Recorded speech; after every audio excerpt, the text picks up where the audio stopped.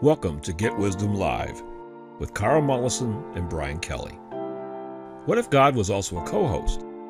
What if the historically rare ability to question God directly and get profound answers back has been rediscovered? What would God say to today's sophisticated but deeply troubled world? Get Wisdom Live is here to share those answers with you. Here is Carl Mollison and Brian Kelly. Welcome to another episode of Get Wisdom Live. I'm Brian Kelly, along with Get Wisdom founder and director, Carl Mollison. This week, Creator discusses the difficult life of a modern Catholic saint. Quite a bit of study went into Saint Faustina Kowalska. She is a modern saint. She died in 1938. She was canonized in 2000 by now Saint John Paul II, Carl. And she started a movement that is getting traction today. It's called the Divine Mercy Movement. And so we're taking a kind of a deep dive into this, seeing what's under the covers, and trying to see what we can glean from this in terms of lessons, Carl. Well, I'm not a Catholic and haven't been in the past. I've went to a Christian church when I was a kid. My father was a minister, so I was a Protestant. But, I keep my finger to the pulse now and again. And it's interesting to see such a development as this. This isn't some kind of historical relic trying to keep alive this kind of notion of sainthood and people who are special or different and have a role to play as a prophet. And I think it's a wonderful thing because it keeps the idea of God alive, and it's living proof that the divine realm is a reality and the divine beings can communicate to those with the ability to hear it. Yes. And she certainly seemed to have the ability for sure. Well, we're going to get right into it, Carl. U.S. Creator Saint Faustina Kowalska was the first canonized Catholic saint of the new millennium. Born in 1905, she died in 1938 at the young age of 33. She felt the first stirrings of desire for a religious vocation at the age of 7. At age 18, she attended a dance with her sister. She wrote in her diary that at the dance she had a vision of a suffering Jesus, who she believed asked her, "How long shall I put up with you, and how long will you keep putting me off?"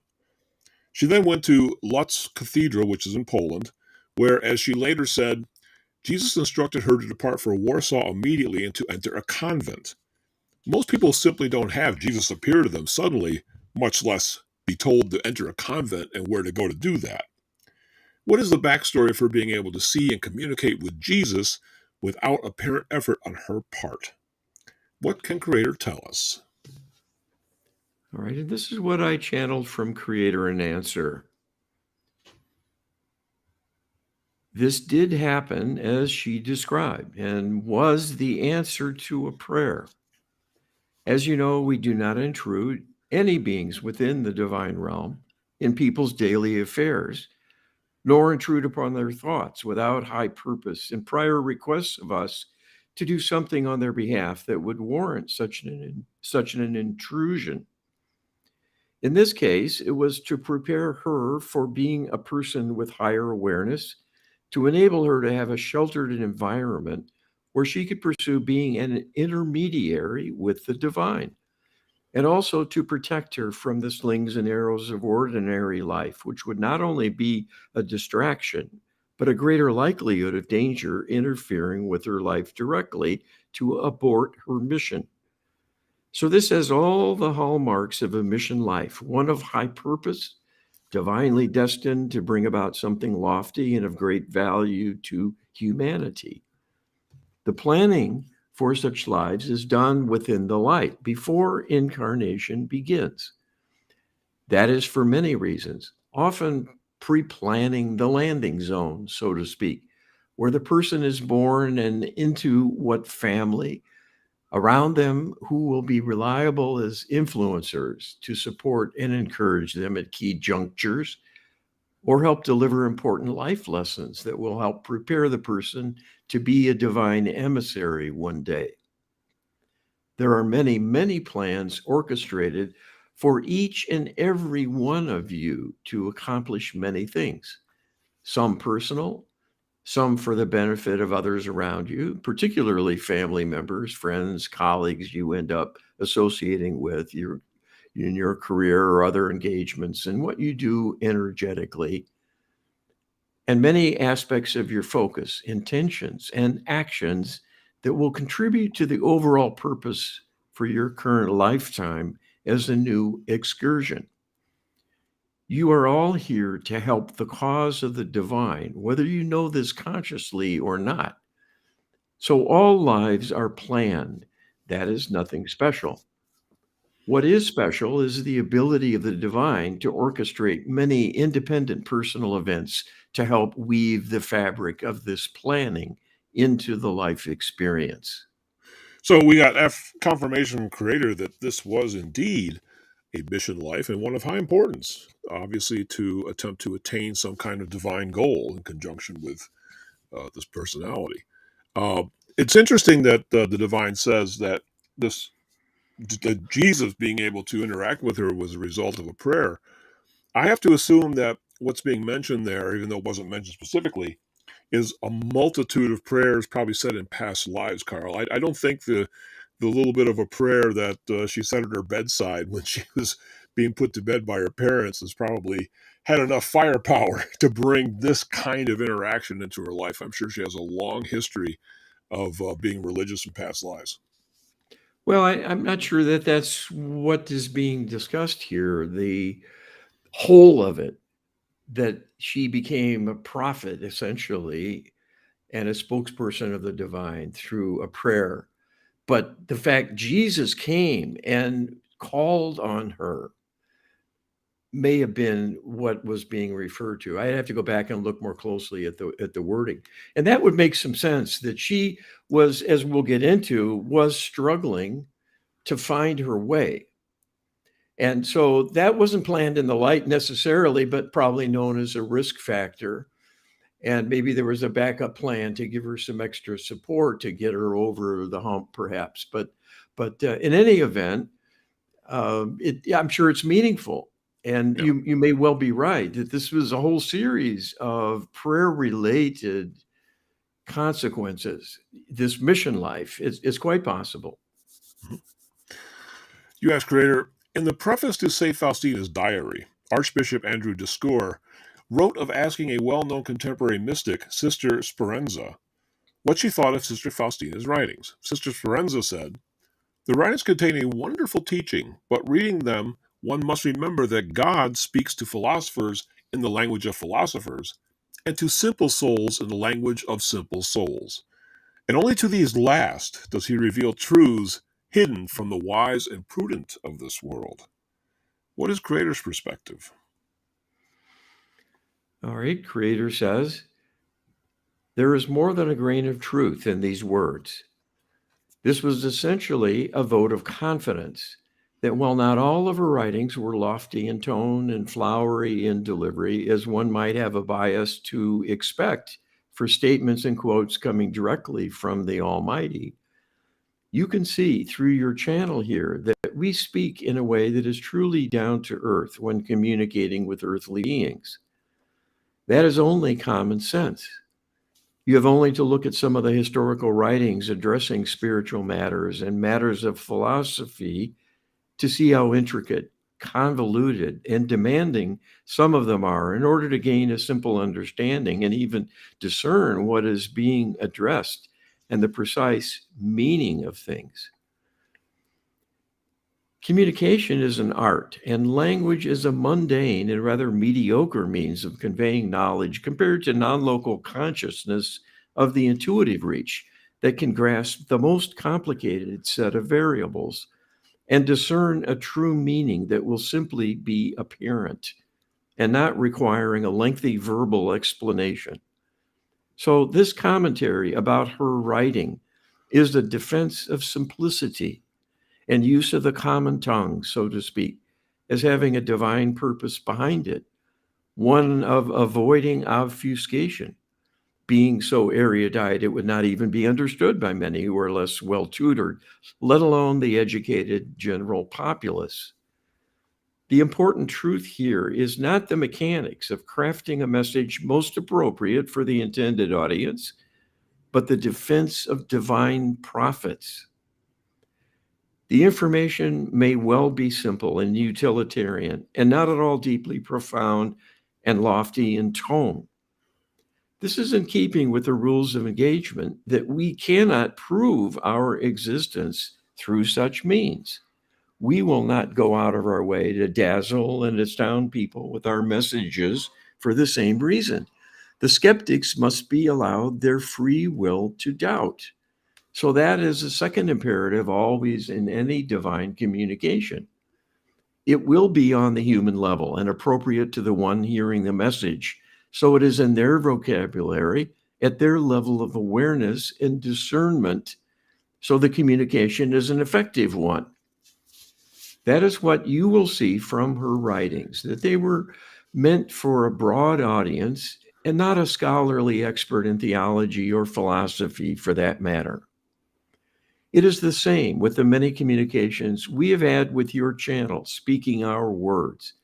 They sound much like him because he is the spokesperson and we are using his mind, his vocabulary, his language, and his constraints. So it could be, conceivably, to a skeptic, have been written by him in advance, even though it is completely spontaneous and an impromptu discussion with no advanced planning or expectations. So it is important to understand that even a child can lead you, and if the divine is behind them, their message will indeed be childlike, if in part, somehow beyond their years. This is the essence of a divine human partnership in action.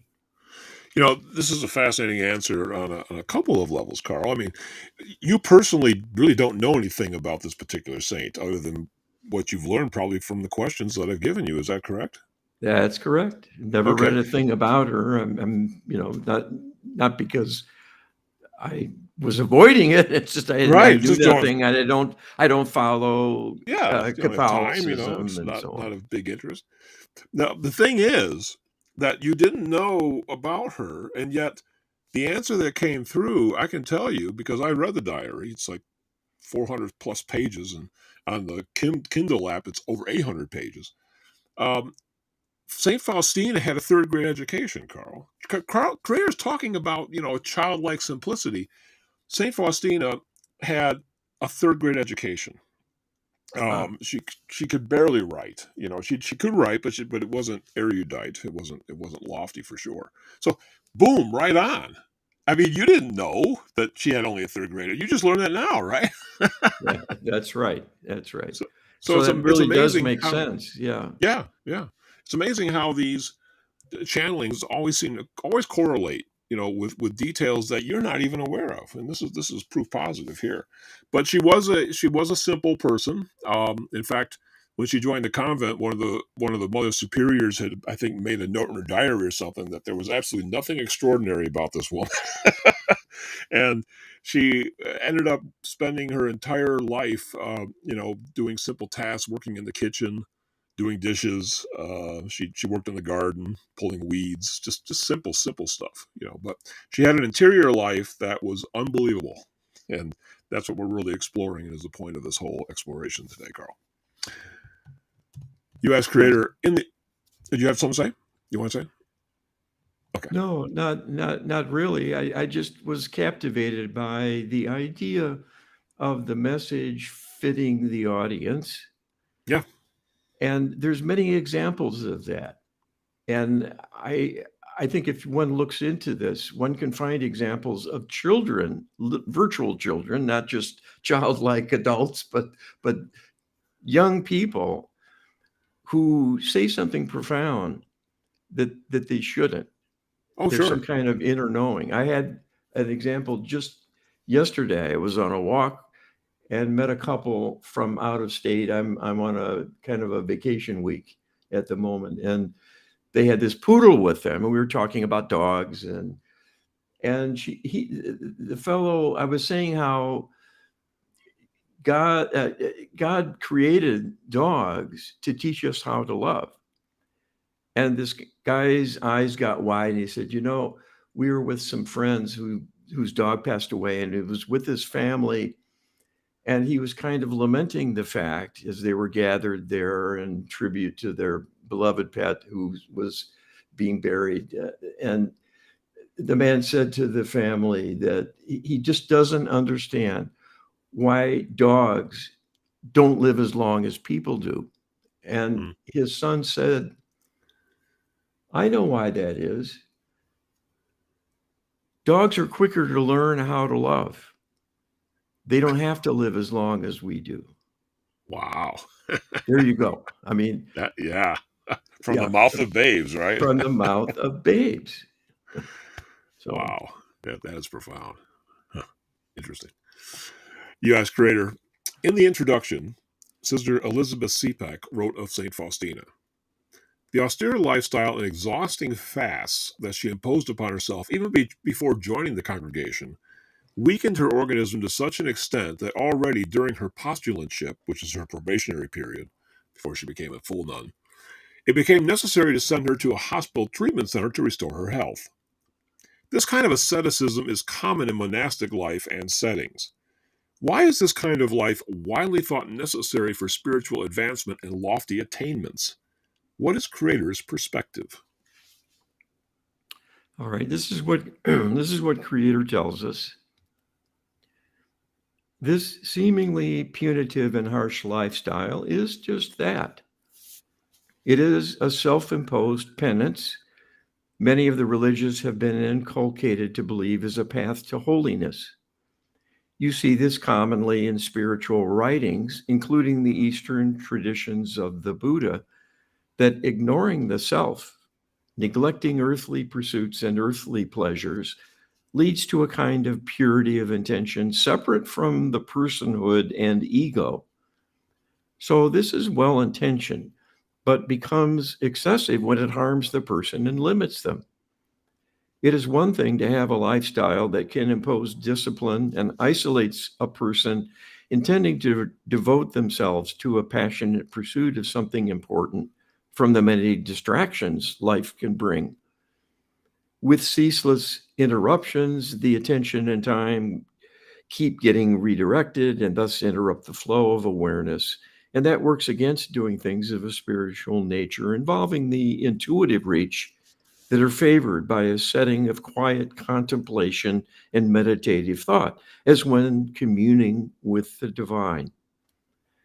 But the idea that this needs to be arranged in a way to make a person a kind of prisoner with a restriction of personal needs to an extreme of deprivation is a corruption of thinking done deliberately to mock and punish the devout for their perceived folly in believing in the divine to begin with.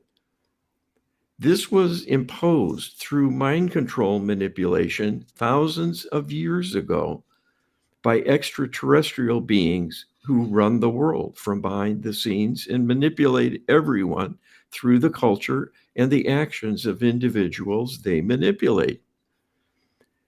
They have corrupted every institution in some way or another, and this is true of religion, all religion. The way they are practiced, even the spiritual doctrine itself.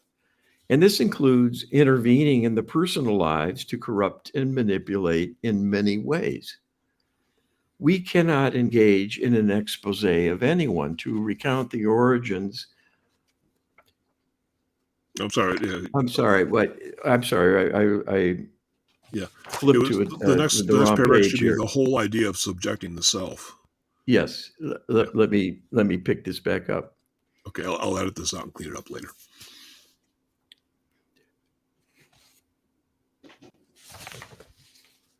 So the whole idea of subjecting the self to a penalty, a restriction, a punishment of some kind, even with extremes like self-flagellation, is corrupted thinking from first to last. We are love-based in all we do. It makes no sense to base devotion to us on self-punishment as a necessary contingency to be accepted by us and worthy. That is the purpose of the corruption. to impose a self-isolation of the victim, because every thought and action devoted to withholding something from the self is a distraction from divine purpose and alignment, and will accomplish the goal of disempowering the one on a spiritual path following a misguided distortion of thinking. Well, this has been hinted at. I know we've talked about this in the past, that Creator certainly doesn't like religions, but we haven't really focused on, the monastic orders for this, and get Creator's opinion on that. And now we have it, essentially. it's not a glowing one. The Creator's clearly not a fan. But having said that, it's still interesting that the life planning for Saint Faustina involved getting her into a convent. So while Creator might not be a fan, the divine is practical, that eminently practical, and will use what's available. And at the time that Saint Faustina, was a young lady, there wasn't a lot of opportunity around to create the kind of structured life that Creator says is needed for a mystic, essentially. So Creator is making do with what's available, and what's available is the monastic life. Yes, and it is in keeping with her inner knowing she had something important to do. And God's business is as important as anything else. I'm a true believer in that. I can't quibble. Yeah, I And would go along it's with just your opinion unfortunate there. we're maybe stepping on some toes, but it can't be helped. And we do that fairly often, as it turns out, because most of human institutions are corrupt. Yep. And it's just the world we're in. And the reason for God and the importance in our lives as human beings is to bring a source of assistance with that very problem. So we have to take the bull by the horns. Yes, we do. You ask Creator. Saint Faustina wrote, "A general principle. It would be a very ugly thing for a religious to seek relief from suffering." What is Creator's perspective? Creator says, this is a kind of bittersweet recognition that the divine is loving, but still there is an inner core belief that suffering is a path to holiness. The true meaning she had in mind for this is not that suffering is to be avoided, but to be endured, even in the extreme, such that it will not lead to a personal reward of any kind. Her belief in the need for suffering was so deep and so absolute, she could not conceive of another path to God than through personal sacrifice, and she did not want to risk trying a shortcut, letting up on herself out of fear it would bring a setback and take her further away from the divine because of indulging in personal enjoyment and relief from suffering itself as an important goal and way to live. As we've discussed before, this is a perversion of thinking inculcated within her and reinforced through much life experience to believe that suffering is the point of existence and a necessary condition to become exalted and worthy of divine support and recognition, when it is exactly the opposite. Suffering will almost always be a roadblock to spiritual progress. It might be a motivation to seek divine partnership and thus have a silver lining that brings about a tremendous benefit, but not as the goal of existence. Yeah, certainly, the silver lining about suffering, motivating one to seek out a divine partnership is one thing, but then basically the goal, the motivation is to overcome the suffering. That's the motivation. I mean, that really should be the motivation. But in the monastic life, they clearly think that suffering is a lane to holiness. It's a path to holiness, and the more suffering that you take on, the quicker you're going to get there, and the more profoundly you're going to be elevated. And in fact, in the diary, I didn't mention it in this show, but it was clearly mentioned that there was a belief that would have a special place in heaven, the saints, that they would be at a higher level than everybody else. So that was an additional motivating factor, Carl. Well, it's what we're hearing is it's rather unfortunate because it does make the journey harder. Yeah. It's sort of like, taking the trip but walking backwards, while you're doing it. And you're looking at the material, you're looking at the physical and the restrictions of material deprivation and how that punishes the being, it punishes the body, it punishes the mind as well. And now we're hearing it punishes the soul. Yeah. And I know that they think that there's some kind of spiritual mechanism, we'll say, whereby when they voluntarily take on suffering, that they're somehow resolving the suffering of others. So that they think that by, engaging in prayer along with self-mortification, that kind of fuels the prayer, gives it extra oomph, and therefore they can save more souls. So the more they suffer themselves, the more work they're doing on the other side in terms of saving souls. So they think there's something good coming out of it all. But unfortunately, we have Creator here saying, well, that's not really the case. Well, two I don't know. victims are It's a not topic better we'll have to than explore further, I think, because there is a question about whether, like everything, if you say, hey, God, can I take on that person's karma and suffer for them? That might be allowed. Not that that's advised, by any stretch. So we might have to look into that a little deeper. U.S. Creator, Saint Faustina presented an interesting dilemma as a person. She at once possessed a deep and profound, indeed unshakable belief in the divine, while also possessing an almost entirely antithetical and profound lack of faith and confidence in herself. Since Creator has said time and again that both faith in the divine and faith in oneself as worthy of interacting and petitioning the divine are both necessary for effective and powerful prayer, can Creator share with us what kind of past life history led to St. Faustina's exaggerated dilemma? all right. This is what Creator tells us. We cannot engage in an expose of anyone to recount the origins of their difficulties in a particular lifetime, as it is their own business, the lives they have lived, what they have done and not done.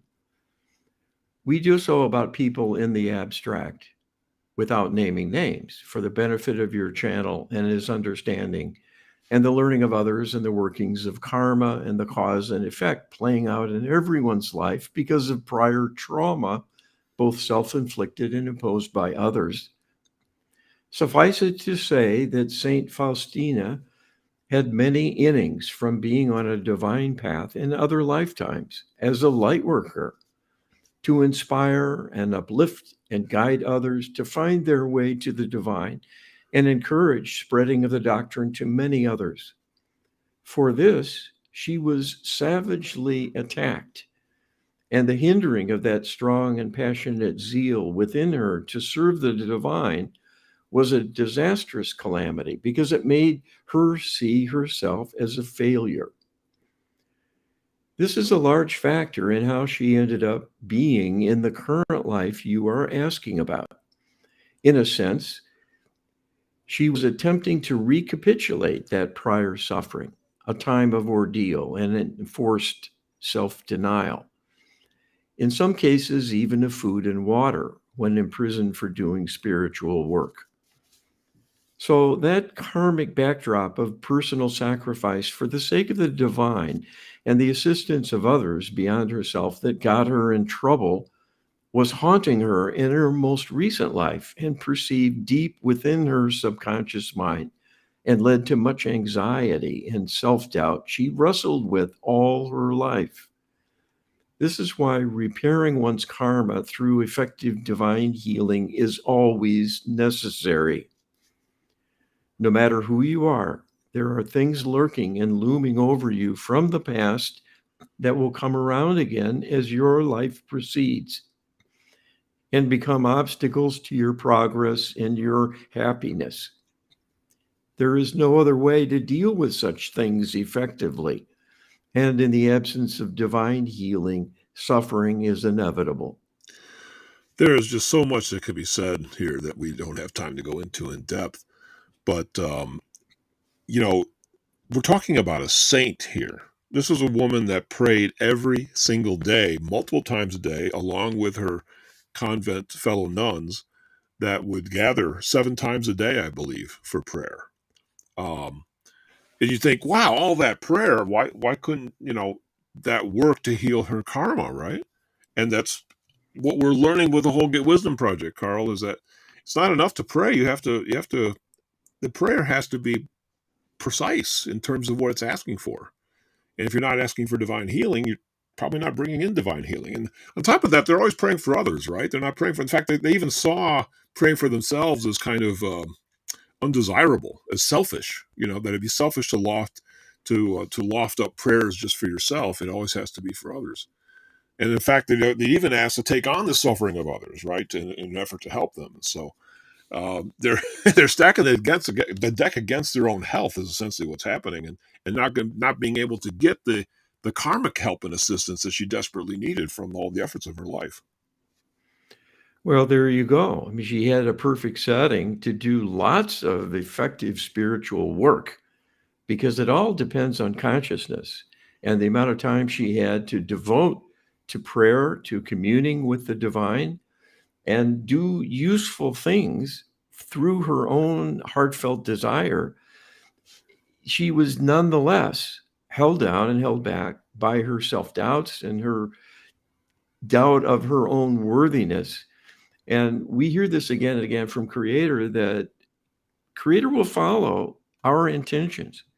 Yeah. So if we have kind of a mixed energy where we maybe believe in God, but we don't believe we're worthy, that's enough to be a deal breaker. And God has to stay away while you're harboring that kind of thought. So I could see she had her own self as a huge obstacle. Yeah.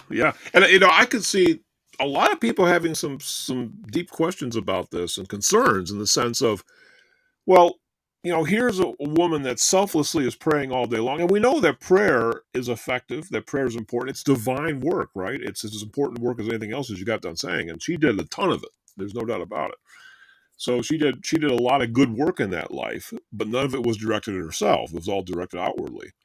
But people would have a tendency to think that, gee, if you're serving the divine in that capacity, right, and literally dedicating your life, giving up your life, and in this case even her health for others, that should bring about some rewards, right? That should bring about some why doesn't God step up and just of his God's own initiative reward such a selfless giving person rather than allowing her to wallow in her own self-pity? But we learn that God's not going to do that, Carl. Yeah, that's very true. We have to be open, allowing, and in a partnership, more as an equal. Yes.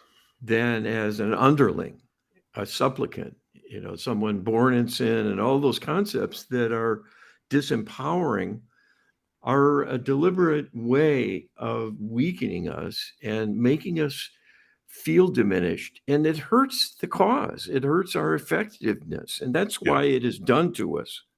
Yes. Yeah, absolutely. U.S. creator Saint Faustina, as revealed in her diary, clearly believed herself unworthy of divine favor, while at the same time desiring it desperately and with every fiber of her being. Her asceticism, fervent and unrelenting prayer were clearly almost desperate at times efforts to reconcile herself to the divine and meet what she believed were nearly unattainable standards of perfection demanded of anyone seeking divine favor. And even though there was a divine mission planned for her, it seems her dilemma almost required the extreme level of daily divine involvement in her life, such that Jesus himself had to try and be her therapist, as no one else literally was qualified to help her get past herself. What can Creator tell us? All right. Creator says, in a sense, this is the correct analysis. She was indeed getting in her own way, and that was because of a combination of her karmic history, being one of great suffering for the cause of the divine, and the exposure within the current life of the role model of the monastic existence seeming to mandate an asceticism as a lofty goal of its own, and the high road to holiness to dispense with earthly concerns and comforts, even to a fault, to prove one's worth as being devoted to God. As we've explained, this is actually going against God to do so, because our wish for all of you is for you to be happy, prospering, and thriving, living in joy and surrounded by love, giving it and receiving it freely as a true expression of your heritage, and makeup being an extension of our consciousness to begin with. This is why the extraordinary measure was taken to save her from what would otherwise have been an impassable roadblock, convinced as she was that she needed not only to punish herself, but to the greatest of possible extremes, short of death, even though she was risking that from her self-denial.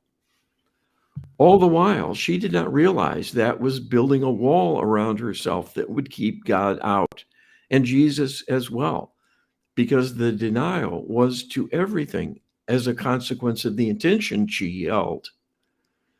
We always must follow human intention.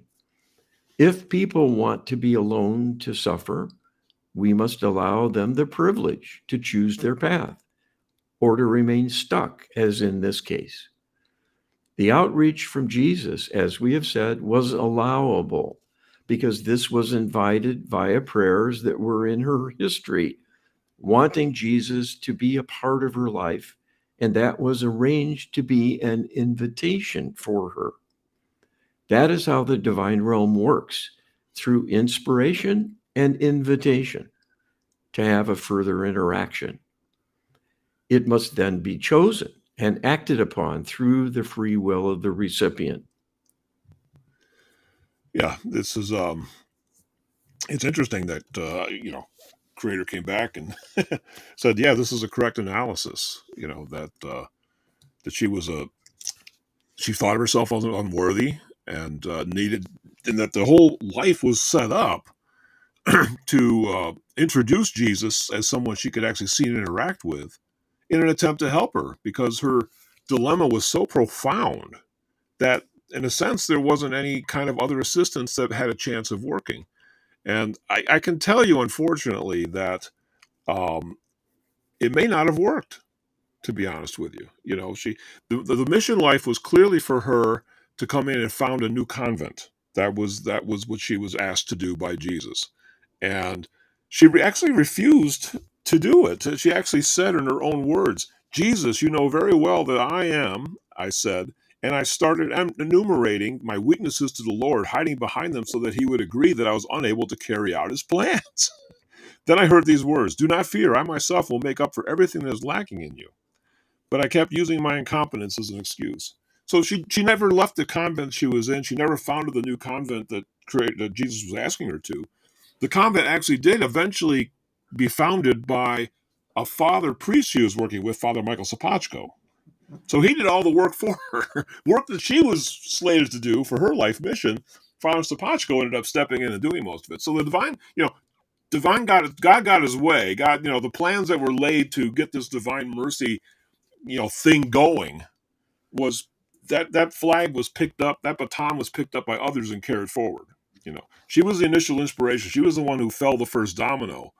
But unfortunately, it was planned that she was to do a lot more, but that lot more got picked up by others along the way, Carl. Yeah, very, very interesting and very human. Yeah. I understand she's a saint, but Yeah. but this was a human side to her. And why not? That's what makes saints saintly, that they have that extra dimension in addition to their humanness. Yes, indeed.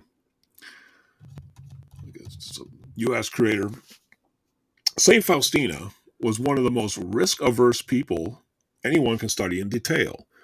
There's almost nothing in her life that she did of her own initiative. In fact, she's of the opinion that having any initiative of her own was evidence of moral and spiritual failings. She actually believed her lack of initiative was a virtue and celebrated it as such throughout her writings.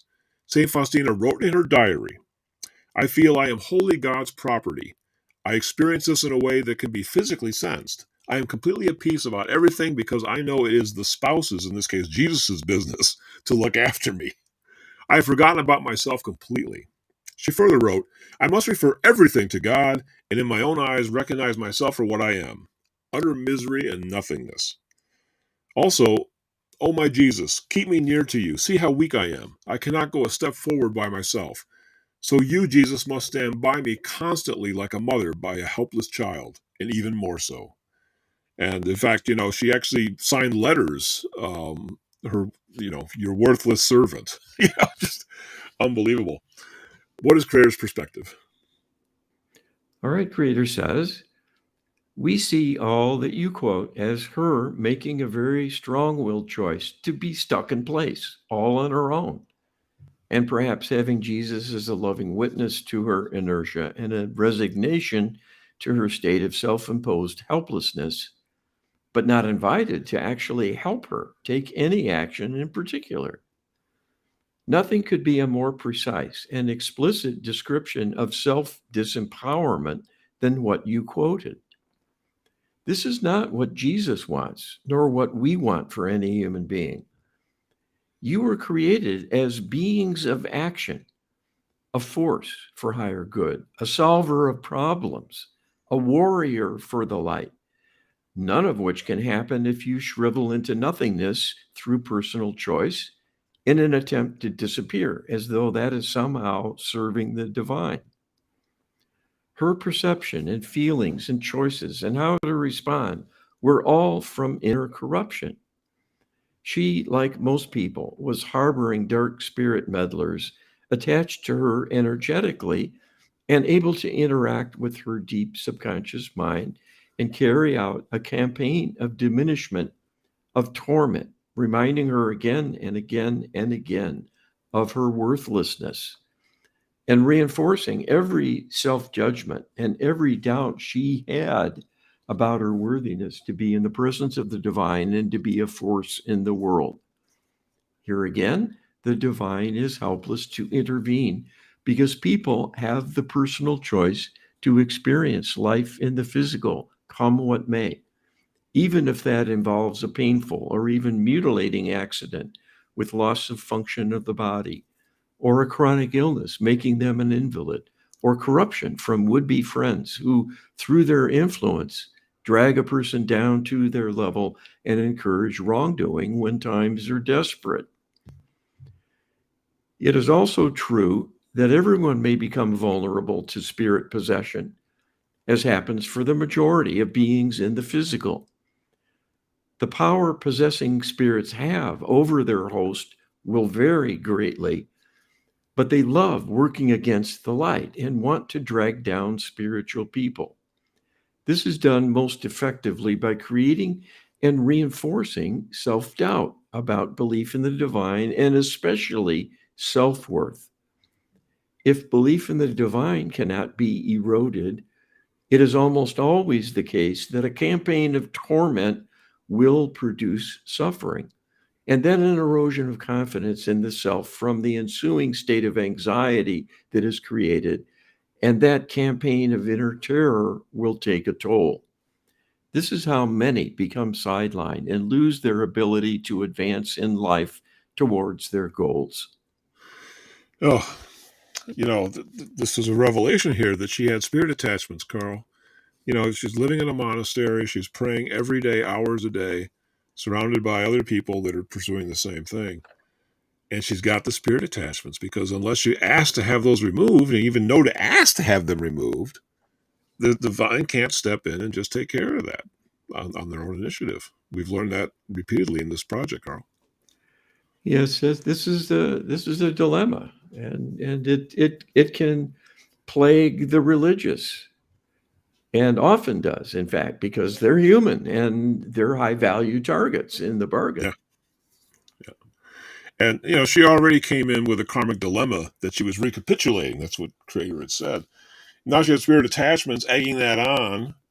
And the result was that even though she could see Jesus, she actually it was kind of funny reading some of these passages because she's almost arguing with him. Jesus is clearly trying to encourage her to take additional steps to get past yourself, right? To get this new congregation founded, and I'm going to assist you. And I'm going to send you all the people that you need. You don't have to do anything hardly. Just get out. Just go talk to this person, talk to that person, and you can make it happen. And she goes, "No, Jesus, you have to make it happen. You have to do everything. It's not up to me. I can't do anything. I'm worthless. I'm weak. I can't do anything." And so again, as I said earlier, other people, Father Sapachko, eventually St. John Paul II, had to step up and do what she failed to do. So it's in some ways it's a tragic story, believe it or not. And she was made a saint because obviously anybody who can show that they've talked to Jesus, and there's plenty of evidence, in terms of what the church considers valid evidence that she was genuine in this sense, that she was special, and therefore because she's special, she must be a saint. And I'm sure she is in many ways. But it's an interesting study, but not for the way that most people probably think approaching this material, Carl. Well, it's a mixed story, but isn't life so much like that? And the fact you need saints speaks to that issue of the human dilemma, that there's so many ways we can falter, and so many ways we're already faltering and corrupt. So this is the whole deal, and it's no less true for the religious in wanting to follow that inspirational path. It's an important journey, and striving sets them apart from the rest of us who are involved, well, for the most part, in the regular secular world, and just paying lip service, or maybe nothing at all in the case of those non-believers. So she was a special person, there's no doubt about it, and she had that gift. And I think her being a spokesperson allows us to talk about that contrast. And this is valuable as a teachable life lesson. Oh, sure. If someone comes along who's perfect in every respect, totally perfect, never makes a misstep, never has a flaw, never a chink in the armor visible, we could talk about that for about 5 minutes and be in awe and praise it and recount the glories of divine perfection. But what about the rest of us who can't really get to that level? What do we do?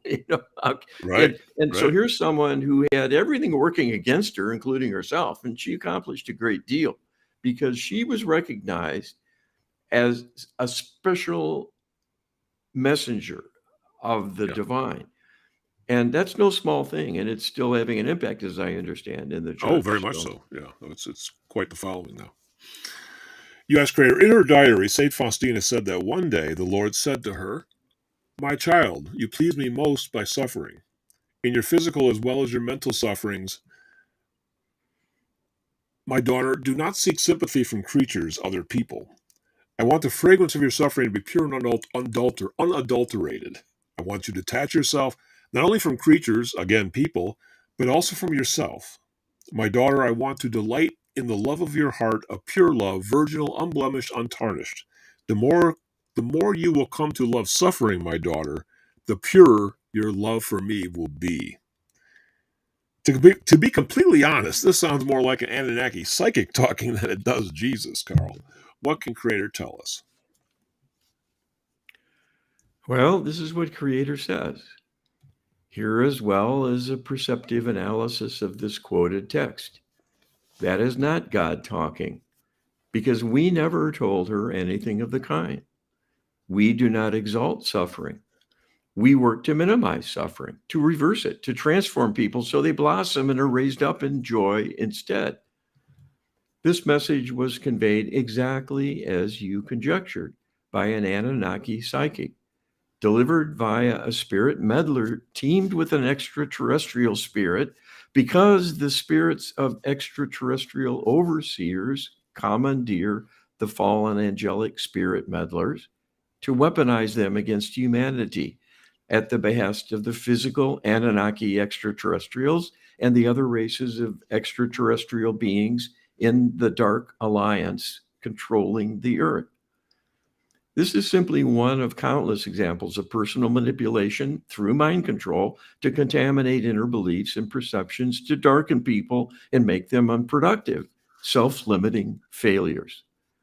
They actively attack those who are deeply religious, deeply spiritual, and deeply intuitive, because they know such individuals to be a danger for them in being diametrically opposed to their completely self-centered way of being, as functional psychopaths only interested in power and control over others. This kind of manipulation is commonplace in human beings throughout society, in your world.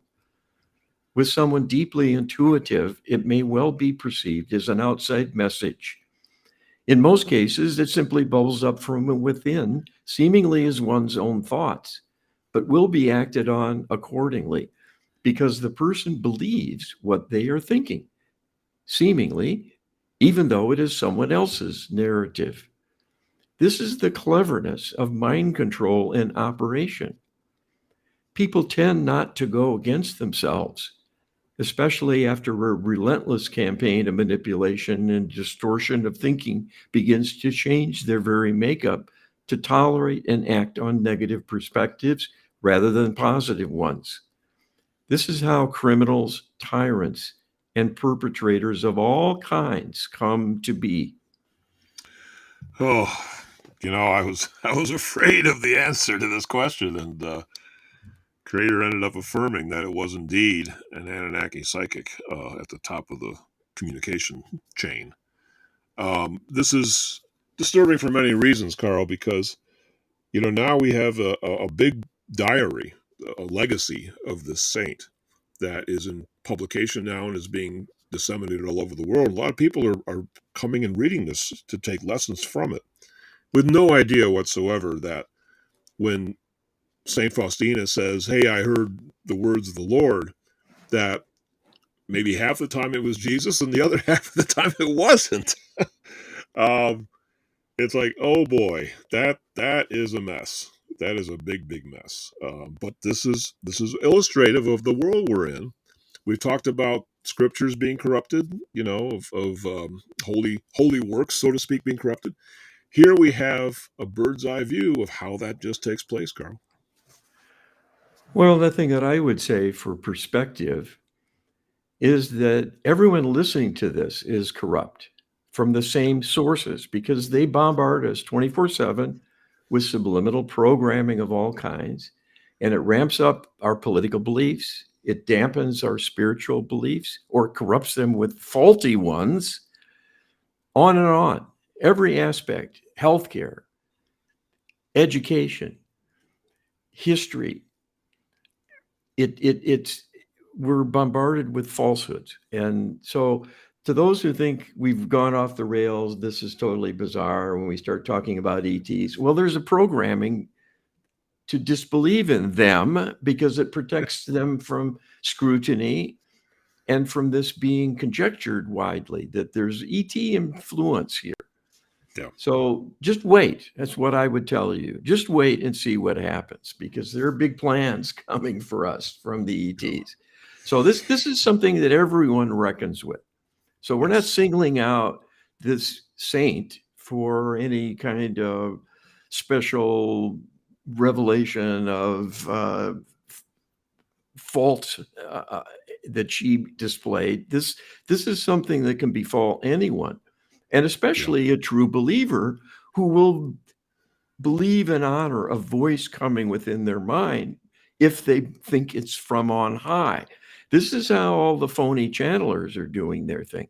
And sometimes people are corrupted for a time and then find their bearings and get back on track.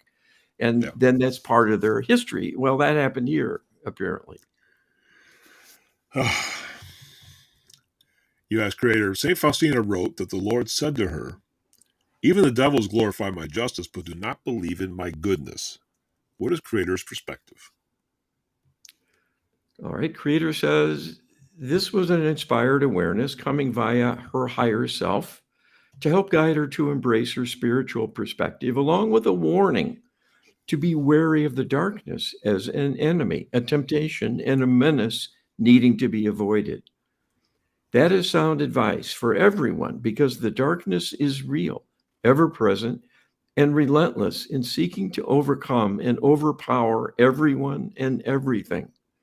That is its goal, not only to be a wrench in the works, but to destroy everything but the wrench itself, so that evil will reign totally and completely with the destruction of everything else. That is the ongoing agenda always, and why the problem of evil is such an important goal to focus on to provide a solution. That is your charter as human beings, why you were created, why you are here incarnated at the moment. It is your purpose to take on the darkness and win the day, not by fighting it and destroying it, but by healing it so it is raised up and its energy will once again be focused on love instead of hatred, on helping instead of hindering, and on creating instead of destroying. Carl, U.S. creator, monastic life seems to require that great hardships be intentionally undertaken and embraced to make oneself worthy of divine communion. Can Creator share how empowered prayer and the Lightworker healing protocol offer an alternative path to achieving the same ends? All right, this is what Creator tells us. As we have discussed with you, we do not see the monastic as having a great benefit, but more as a risk to progress and happiness. Self-restriction will lower the inner vibration and thus be an impediment to being in divine alignment. That is a state of being where you will get the most done, make the most progress, reap the greatest rewards, and be able to serve the divine all the more effectively. We are not talking about getting rich per se, but rich in love and the blessings of the divine, wanting your happiness and your expansion as extensions of the divine, literally imbued with creative abilities, lofty goals, and everything that a divine heritage and pedigree represents as a potential for you to expand and be a force for good, not only during your earthly sojourn, but through all the universe. That is our plan for the divine human. Once you solve the problem of evil within your world and galaxy, that hard-won series of life lessons and taking on the darkness and learning how to navigate to stay connected to the divine, even with everything working against you to keep you in the dark and in a state of disconnection, will make your future a glorious one. You will be serving throughout the universe in many, many worlds, embracing the possibilities and challenges of having greater free will and free agency. They will need to have guidance and wisdom from beings like themselves who have faced such challenges, seen the pitfalls, and overcome them. This will make you a tremendous resource of knowledge and wisdom to be teachers and mentors and ambassadors for the light. This is the plan and the goal to have in mind. But to reach that goal, you must solve the immediate headwinds working against you to keep you divided as separate human beings, often working against one another, bickering, clashing, and even engaged in warfare at times. What is needed to surmount the manipulations, keeping everyone on a low level, is divine healing. You are being shown the tools most effective for summoning the very help needed in the way it is needed most.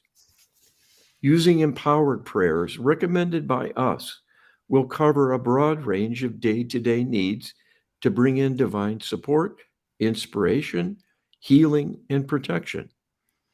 The Lightworker Healing Protocol as a comprehensive tool for karmic repair and an ability to invoke divine healing to be applied across timelines for transmuting the negative to positive in everything happening is the only way to heal your perpetrators. They are standing directly in your way and, in fact, seeking to annihilate you. If they are not stopped, the entire divine human free will experiment will come to a halt. It is up to you to take on this challenge and bring the healing to bear, capable of persuading them to change their thinking, at least enough to leave you alone for a long enough interval so you can complete the healing of humanity and enable the planned ascension to rescue you from the physical plane once and for all. That deliverance will enable you to continue healing your adversaries, but from the light and never again needing to be under their thumb. And that is when you will be able to expand your mission to a wider array of places throughout the universe and continue your growth and advancement as light beings. You must choose to follow this path. You are being shown the way and encouraged by our message here. If you say yes to this and seek out the information you will need, you can add your energies of intention to the cause of the divine and pool it with your compatriots working through empowered prayer and the Lightworker Healing Protocol to save and heal humanity. Yes, we absolutely need everybody who's listening to this to join us to download the LHP ebook and learn all about it. Get it at getwisdom.com/LHP and get our list of 10 prayers, daily prayers that are empowered to help you get everything you need and want in life. You can get that at getwisdom.com/prayer. That's all we have for this week's Get Wisdom Live, Carl. Thanks, everybody. Be well.